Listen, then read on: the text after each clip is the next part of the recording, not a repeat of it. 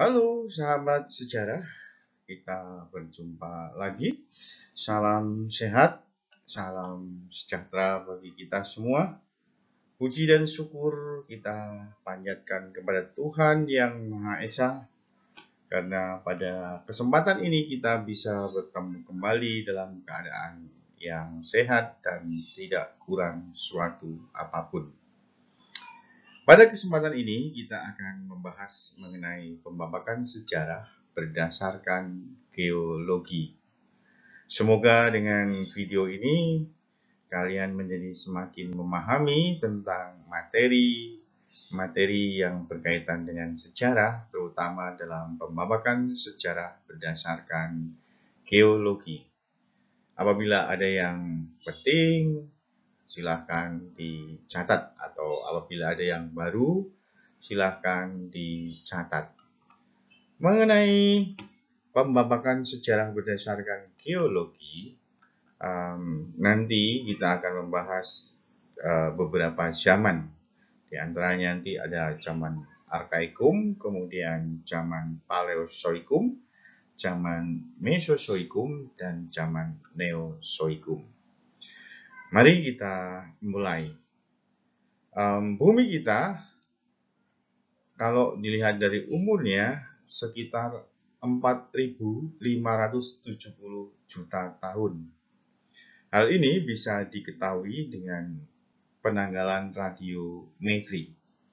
Penanggalan radiometri itu apa? Penanggalan radiometri adalah teknik yang digunakan untuk mengukur usia benda dengan membandingkan jumlah isotop radioaktif, sehingga nanti kita akan mendapatkan peluruhan dari umur benda yang terkandung di dalamnya berdasarkan unsur-unsur radioaktif yang ada di dalamnya.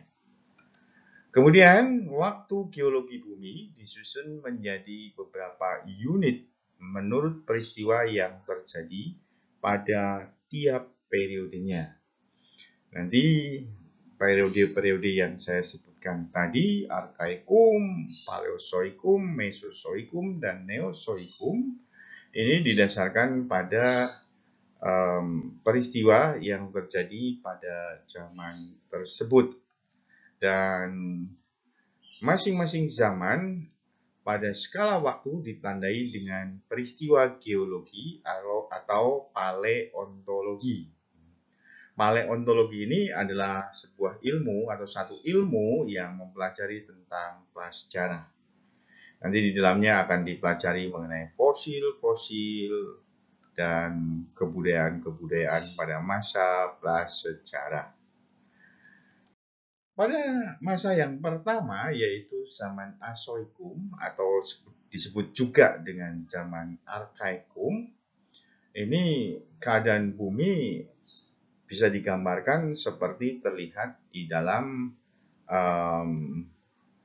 layar yang ada di hadapan kalian, bahwa keadaan bumi ini sepertinya sangat panas sekali, dengan lava atau magma yang membara memancarkan api, dan api masih berkobar-kobar pada lapisan bumi.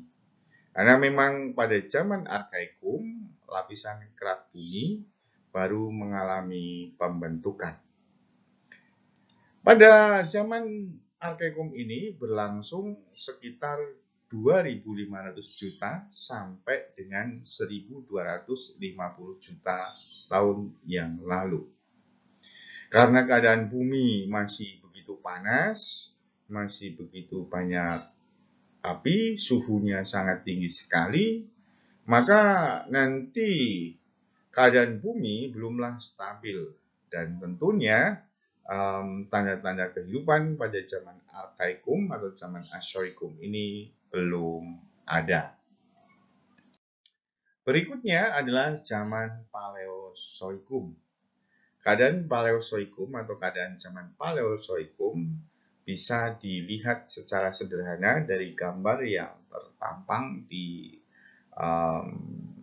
layar yang ada di hadapan kalian.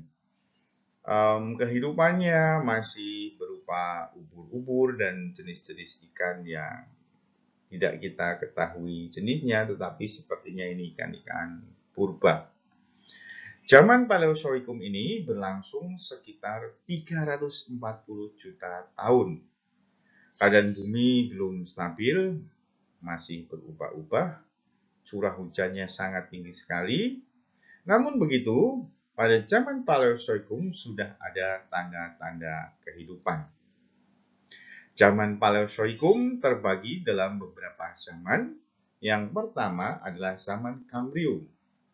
Pada zaman Kambrium mulai ada tanda-tanda kehidupan seperti kerang dan ubur-ubur. Lalu zaman berikutnya adalah zaman Silur. Di zaman ini mulai ada tanda-tanda kehidupan, yaitu hewan bertulang belakang seperti jenis ikan. Dan kemudian zaman yang berikutnya adalah zaman Devon. Zaman Devon mulai muncul tanda-tanda kehidupan, yaitu hewan amfibi tertua. Prototipe amfibi, mungkin seperti itu gambarannya. Lalu yang keempat adalah zaman Karbon. Pada zaman Karbon ini mulai ada tanda-tanda kehidupan, muncul hewan merayap, yaitu reptil tua. Yang berikutnya adalah zaman Perm. Pada zaman Perm, reptil yang muncul meningkat jumlahnya. Kemudian muncul jenis serangga, dan pada zaman Perm ini terjadi kepunahan jenis koral dan ikan. Pada zaman berikutnya yaitu zaman Mesozoikum, gambarannya seperti gambar layar yang terpampang di hadapan kalian. Di sini muncul hewan-hewan yang mempunyai skala ukuran tubuh yang cukup sangat besar. Zaman Mesozoikum berlangsung sekitar 140 juta tahun. Zaman ini disebut juga dengan zaman reptil, karena pada zaman ini muncul jenis reptil yang ukurannya sungguh luar biasa besar, yang disebut dengan dinosaurus, jenis-jenis dinosaurus. Dan pada zaman ini juga disebut dengan zaman sekunder atau zaman kehidupan yang kedua. Tadi yang zaman Paleozoikum merupakan zaman primer, karena disebut dengan zaman primer, Paleozoikum tadi muncul kehidupan untuk pertama kalinya. Dan di zaman Mesozoikum, kehidupan semakin berkembang, maka disebut dengan zaman sekunder. Pada zaman Mesozoikum ini terbagi dalam zaman Trias. Pada zaman Trias muncul kehidupan ikan, amfibi, dan reptil. Setelah ikan punah di zaman Paleozoikum yang terakhir, kemudian pada zaman Mesozoikum ini, ikan mulai muncul kembali. Kemudian yang kedua adalah zaman Jura. Pada zaman Jura ini muncul reptil-reptil raksasa. Muncul reptil pemakan daging. Kemudian muncul sinodon atau mamalia untuk pertama kali muncul. Lalu muncul juga reptil air seperti penyu dan kura-kura.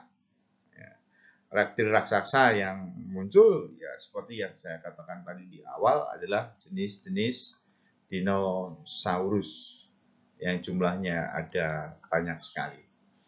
Kemudian yang ketiga dari zaman Mesozoikum adalah zaman Kapur. Pada zaman Kapur, banyak dinosaurus raksasa dan reptil terbang hidup mulai muncul.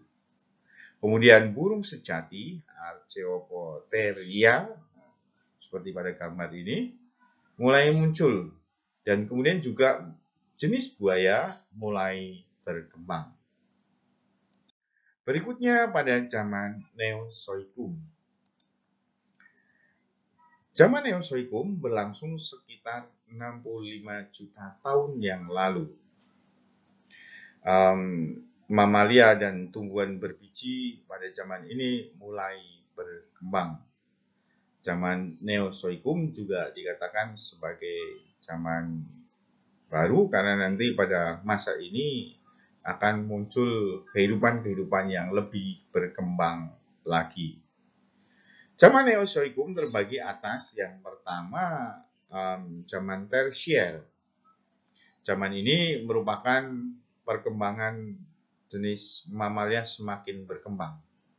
Nah, pada zaman ini perkembangan jenis mamalia semakin berkembang. Kemudian zaman tersier ini sendiri terbagi atas zaman Palosen, yaitu pada zaman ini muncul mamalia pemakan rumput primat. Lalu muncul primat atau kera. Kemudian burung dan dikoster, yaitu sejenis hewan bersel satu yang mempunyai cangkang.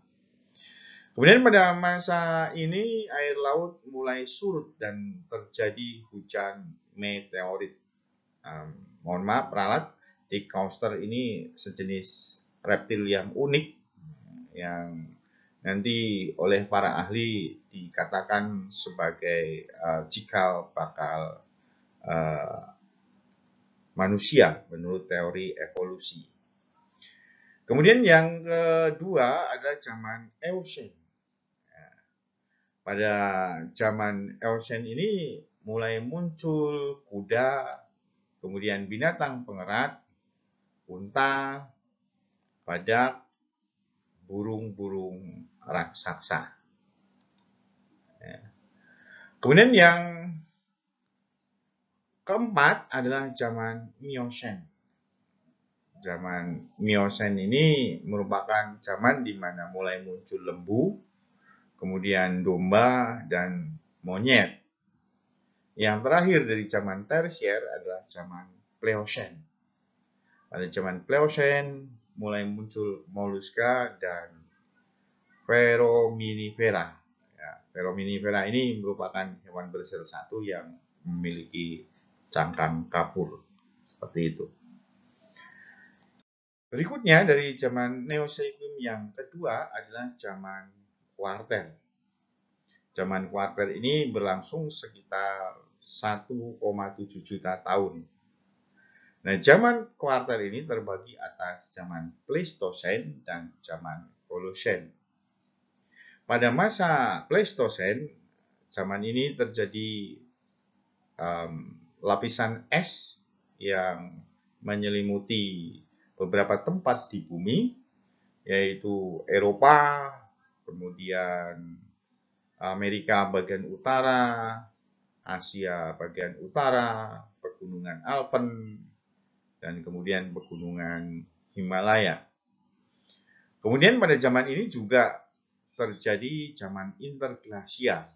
Selain terjadi zaman glasial, yaitu zaman es, pada zaman ini juga terjadi zaman interglasial, di mana pada zaman ini terjadi es mulai kembali mencair, dan ini disebabkan karena iklim bumi mulai menghangat. Kemudian pada zaman ini mulai muncul yang namanya jenis manusia purba. Manusia purba yang dimaksud adalah jenis Pithecanthropus dan Homo erectus. Zaman yang kedua adalah zaman Holocene. Pada zaman Holocene ini mulai muncul yang namanya Homo sapiens atau manusia modern seperti sekarang ini. Demikian mengenai pembabakan zaman berdasarkan geologi yang menjelaskan kepada kita semua tentang umur bumi dan kemudian tentang munculnya kehidupan di bumi ini. Semoga dengan penjelasan ini kalian semakin paham dan semakin memahami, dan terima kasih. Salam sejarah.